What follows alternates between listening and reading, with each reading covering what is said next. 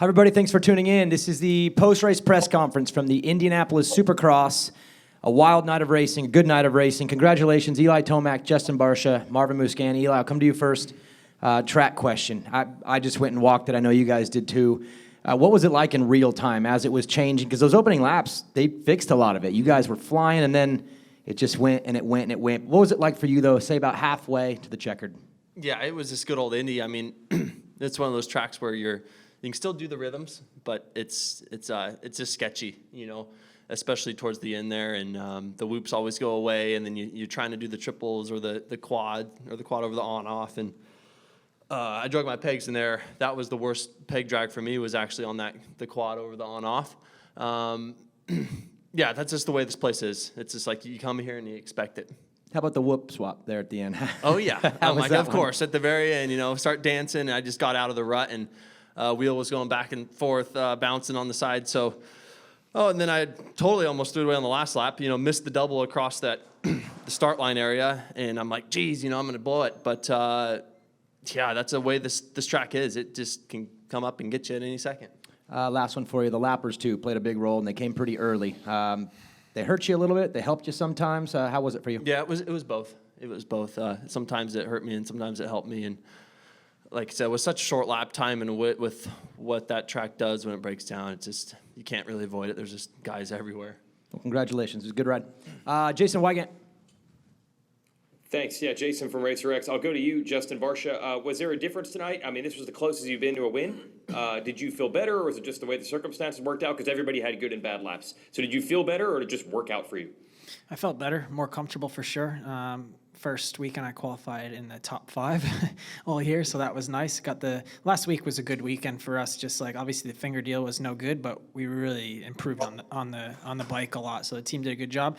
Fine tuned it a little bit today, and I just felt right at home. So yeah, we're in a good spot right now, and yeah, it's a fun night of racing. It was wild.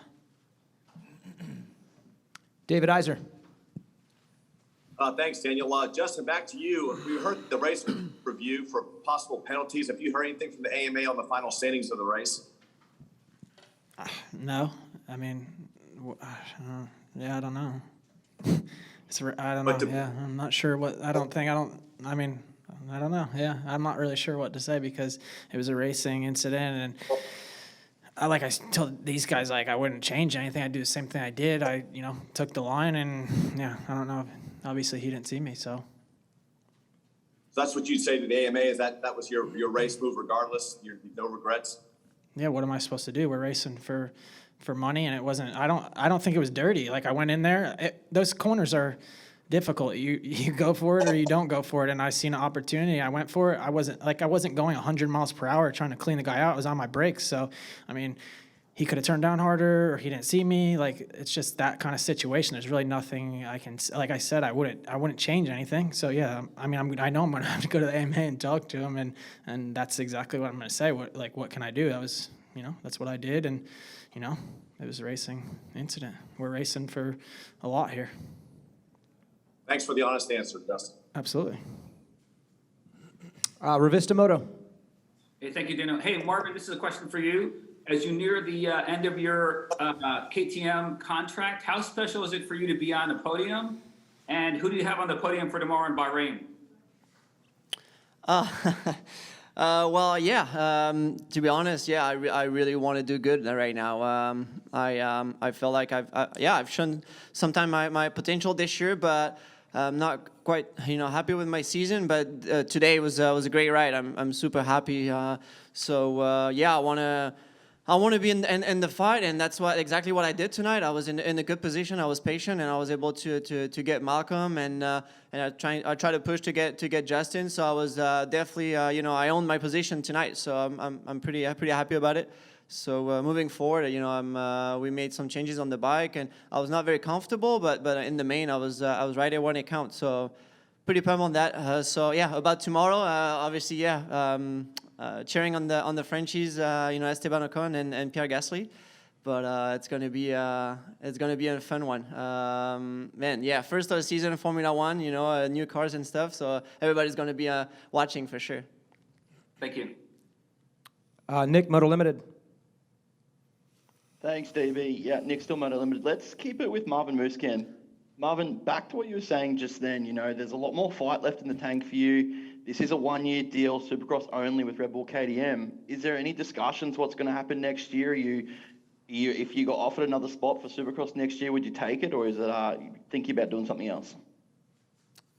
No, I mean I love what I do, and this year is definitely different because I have a Supercross only contract, and that's what I got offered by KTM, and I took it, and I'm 100% in it right now, and trying my best, and getting on the podium, like I said, is really good tonight. I'm showing the speed, and I was able to fight until the end. So yeah, I still have a lot in me, and it's a new year with a new bike as well. So those conditions is pretty much the first time we're riding on those conditions. We had Minneapolis, but this is a unique one. Maybe Seattle would be kind of like that, but there's no other races like Indy. So that was a good test, and to be honest, there were some areas of the track where I didn't feel too comfortable, but others where, compared to the other riders, I could see and feel that I was it was easier with my bike than the other guys. So we have definitely a potential with this bike, and we'll keep working on it. Thank you, Marvin. Cheers, mate. Mitch Kendra. Mitch Kendra from RacerX. Hey, we'll go to Justin for this one. Can you talk about the lappers and how they came into play throughout the main event tonight? Yeah, they were difficult for sure. It was, once you got into a line, you couldn't really get out because the ruts were so deep and sticky. So if you picked a bad line and there was a lapper going slow or whatever, it was definitely difficult. Like in the whoops, a few times I picked the wrong line and got stuck behind a few guys, but it was the same for all of us. We all had to deal with it, but they definitely came a lot sooner than they usually do. So we had to definitely be on our toes in those ruts and stuff and make sure we just didn't make bad choices. Awesome, thanks. Michael Lindsay. Hey, my question is for Eli Tomac. Eli, these last couple rounds have been very soft, rutted, very technical, challenging tracks. You've been very solid, moving teams this year, getting back to working with Gilly. Just curious about bike setup for you. What has made these rounds come to you maybe a little easier? What is it that you appreciate about the setup and being on the Yamaha this year? Do you feel any advantages on that compared to your setup last year on Kawasaki? It's been good in all conditions. So that was last weekend it wasn't near as soft as this weekend, but there was still a little bit of ruts in there. And it's just worked in all conditions. I haven't had to really touch much since probably round 4, somewhere in there, 3 or 4. And that's it. I mean, we're just down to a couple clickers here and there, for the tracks. And it's just a nice position to be in. Michael Antonovich. Cool. Thank you, Daniel. Eli, this one is for you. Similar question, but on a different format. When we started the season off on those hard-packed tracks and everything was so fast and wide open, how is it physically for you when you come here and it's more technical, you have to be way more precise with your line choices, just physically and mentally, what's the difference here compared to the West Coast? Yeah, these tracks, they just take patience. And it's the West Coast tracks, yeah, you can go wide open and you're drifting around and moving around. These tracks, there's always a fine line of when you can push and when you can't, and that's just the East Coast. That's it. It's just a different style of track. I feel like these tracks, my heart rate is a little bit lower, and I think that's just because you can't be wide glide the whole time. Do you feel tomorrow morning, do you feel physically drained a bit differently, or is it all the same still? Sunday morning is just, every Sunday morning is horrible. I'm always cranked, at night, and you can't get any sleep, and that's it. You get 2 or 3 hours of sleep. So still this revving from the night, night before. Cool. Thanks, guys. Kellen Brower. Yeah, thanks, Kellen Brower with RaceX. I want to go to Justin on this. Late in the race, when Eli got around you, it seemed like you maybe kind of took a bit of a deep breath and maybe tried to find a couple different lines, and it didn't end up working out. But kind of what was your mindset there towards the end when he got by you? Yeah, definitely. Well, obviously, when someone gets by you, try to pick up on things they're doing better. Obviously, they're going a little faster. You have a mistake or something like that. So, yeah, for me, definitely had to regroup a little bit. Found a few little better lines that Eli was taking, and Yeah, it's definitely hard when you get past, when you're leading for a while. So for me, yeah, it was just kind of take a deep breath, pick some new better lines that Eli was taking, and then put a charge on and give it my all. And at the end, yeah, like Eli had a few little mistakes, and I was just charging my head down and got close, but yeah, obviously not close enough. Eli rode a really good race and took it. Awesome, thank you. Trent with Moto Limited. Thanks, Stevie. Trent Moto Limited. I'll go to Marv. Marv, midway through that race, you looked like you were making your way towards the front. You had some lines figured out. Your jump line through the whoops looked like it was working good, but then these guys found something different. Did you kind of just get caught up with the lap riders and lose the toe, or did you sort of drop that pace towards the end? Yeah, that's a good question. I was right there, and to be honest, yeah, it was a lot of fun to be in that fight. I was actually close to Eli at one point, and yeah, when you got Justin, obviously he ran away, and then I was trying to pass Justin, but yeah, like you said, after that, towards the end, I lost a little bit. So I don't know if it was. I don't know, a little bit of lappers, a little bit of mistake, a little bit of everything, I think. So. Yeah, through the whoops, a little bit slower maybe, and then that rhythm after the whoops, I decided to go to double instead of triple in.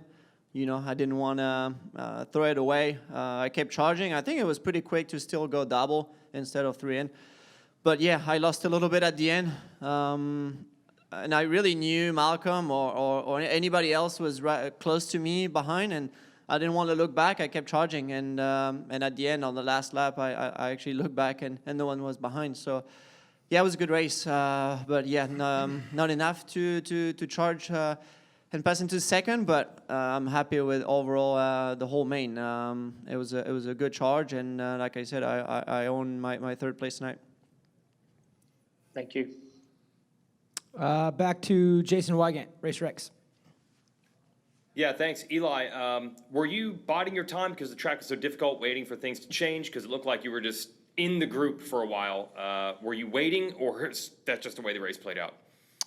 It was kind of how the race played out. I was just kind of just going, you know, and to be honest, I was having a difficult time being right on the wheel because the dirt was sticking to the goggles so bad. I was actually afraid of losing all my tear off, so I kind of backed off a little bit, you know, didn't want to get way out of touch, but a little bit until whatever it was, halfway or just after that, and then that was it, you know. So yeah, first half I was worried about my goggles and was kind of taking a little bit easy, but it's a tough thing to manage.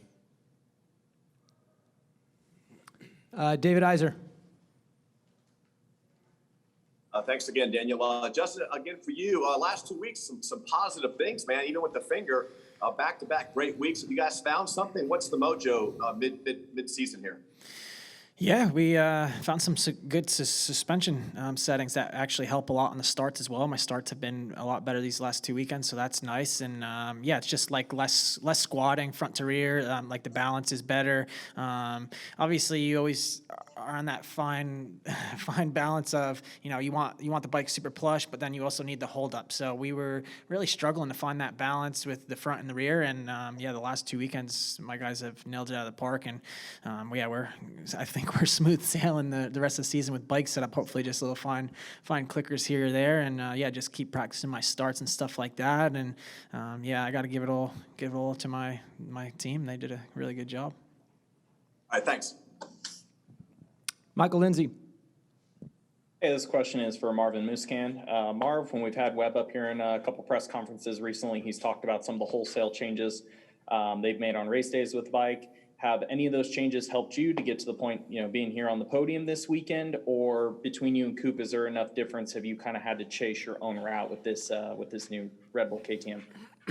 I mean, yeah, we are a team, and we're 2 riders, so we definitely, yeah, when we have something that works, obviously the other rider can see it and then wants to try it, and I mean, it goes both ways. And we also have Ryan Morris that's been working really hard with the team on suspensions and other things.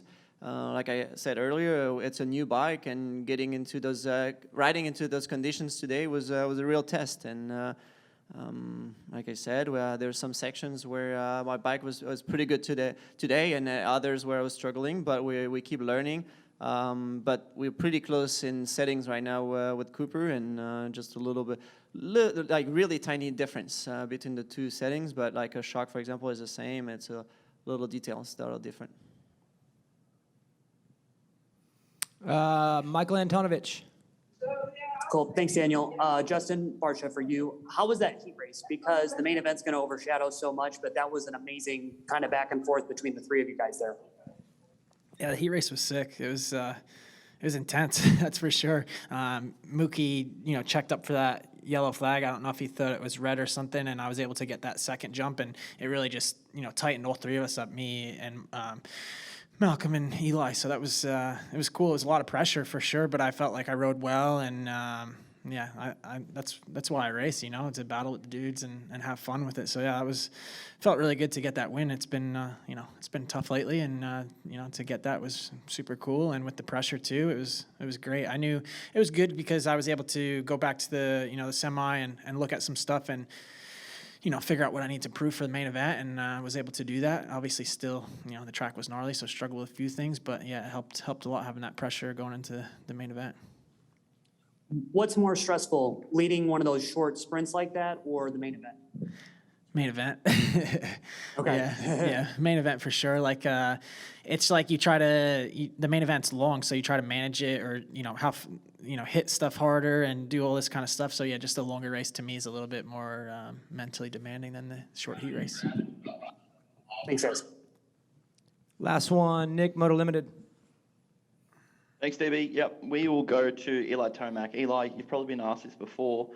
I think it's been mentioned that you haven't really thought about it. From a championship point of view, at the moment, 48 points. Like, that's something incredible. And being able to, potentially wrap this thing up at your home race in Colorado, is that a thought as well? Is that just something that you're like, hey, that'd be super special? No, it would be really special. I mean, we didn't go there last year and the year before, or whenever it was, 2 years ago, and it was the loudest stadium I've been in. So that would be really neat, but we're a ways from that still, and it's a great position to be in, but there's a lot of racing left, and how Supercross is, so just try to play it weekend by weekend. Congratulations again, Eli. Thanks, mate. All right, guys. Thank you so much, Eli, Justin, Marvin. Congratulations, and we'll see you guys next week in Seattle. Thanks.